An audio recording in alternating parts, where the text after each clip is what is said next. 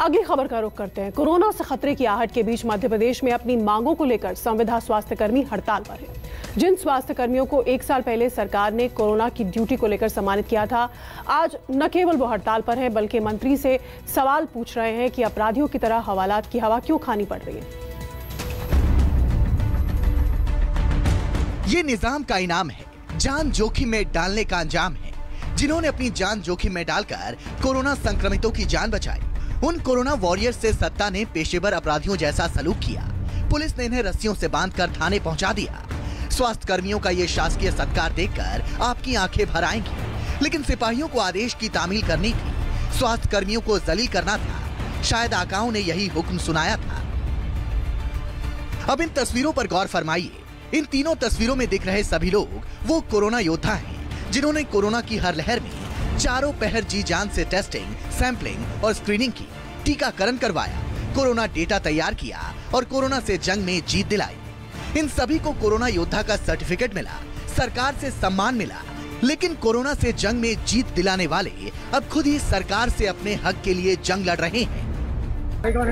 ये सभी ठेके पर रखे गए मध्य प्रदेश के 32,000 हेल्थ वर्कर्स हैं, जो भोपाल समेत राज्य के अलग अलग जिलों में हड़ताल को मजबूर हैं।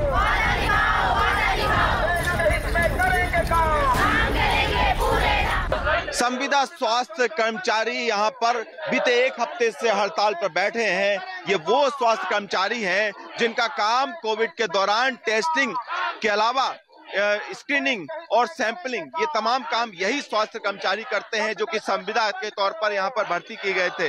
इनमें आप अगर देखेंगे तो ज्यादातर करीब बताया जाता है कि 32,000 से ज्यादा जो संविदा स्वास्थ्य कर्मचारी हैं वो यहाँ पर हड़ताल पर बैठ चुके हैं, धरने पर बैठ चुके हैं। मध्य प्रदेश के अलग अलग जिलों में ये धरने पर बैठे हैं। ये तस्वीरें आप देख रहे हैं, ये भोपाल की हैं। भोपाल के जेपी अस्पताल के ठीक सामने बाहर सरकार के खिलाफ नारेबाजी करते हुए देख सकते हैं।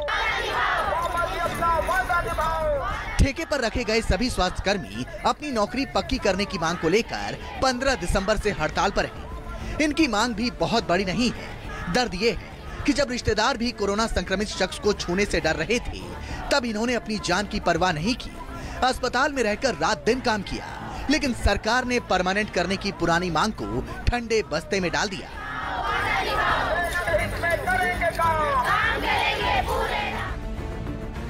ये ठेके पर रखी गई एएनएम गायत्री श्रीवास्तव हैं।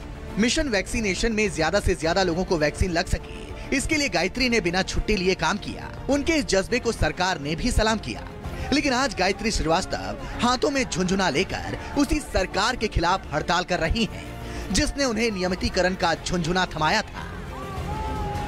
सर, हमारी सबसे बड़ी परेशानी है कि जो संविदा शोषण की व्यवस्था है, जिसको माननीय मुख्यमंत्री जी ने भी स्वीकार किया था कि वो संकल्प थे कि इस व्यवस्था को बंद कर देंगे, तो उसी के लिए हमारी मांग है कि हमें नियमितीकरण दिया जाए।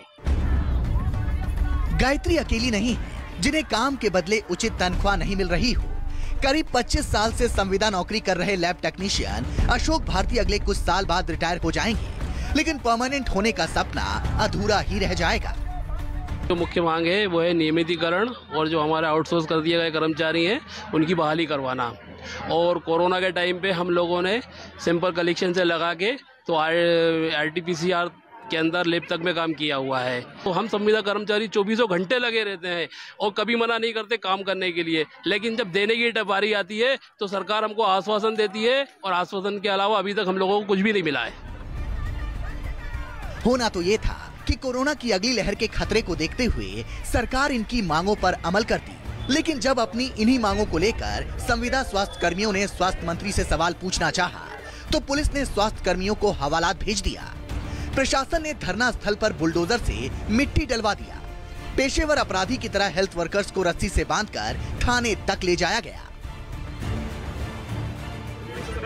सरकार की तरफ से मिले इस दुत्कार के बावजूद स्वास्थ्य कर्मियों का हौसला नहीं टूटा है, और वो फिर से अपने हक की खातिर हड़ताल पर बैठ गए हैं, इस संकल्प के साथ कि जब तक मांग पूरी नहीं होगी, हड़ताल भी खत्म नहीं होगी।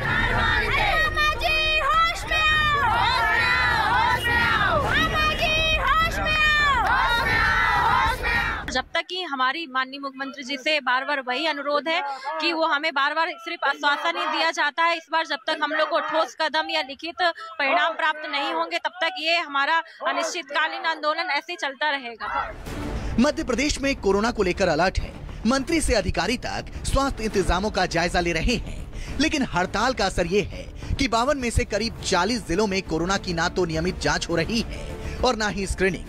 हर जिले में कोरोना का डेली डेटा भी नहीं मिल रहा है। मेरा नाम आशा मिश्रा है। मैं अमरावत खुर्द बीडीओ कॉलोनी में संजीवनी क्लिनिक में एनएम की पोस्ट पे हूँ।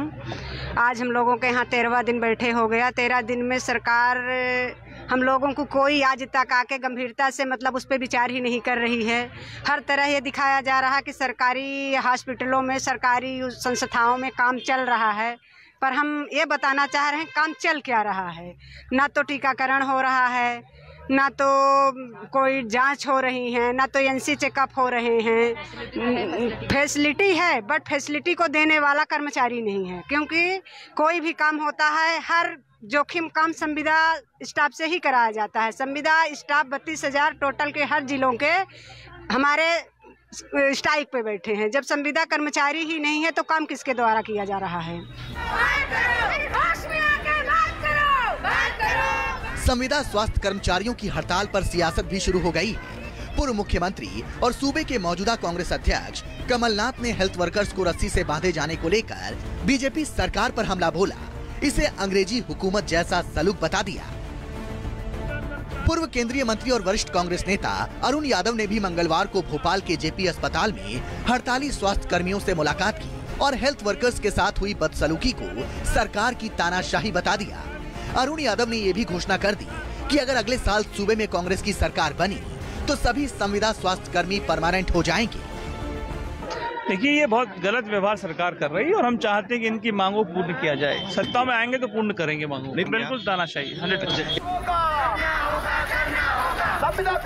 हालांकि संविदा कर्मियों के जज्बे और विपक्षी दलों से इनके आंदोलन को मिल रहे समर्थन ने सरकार को बैकफुट पर धकेल दिया है। अब सरकार ये कहने को मजबूर हुई है कि जल्द ही इन्हें परमानेंट करने की प्रक्रिया शुरू हो जाएगी।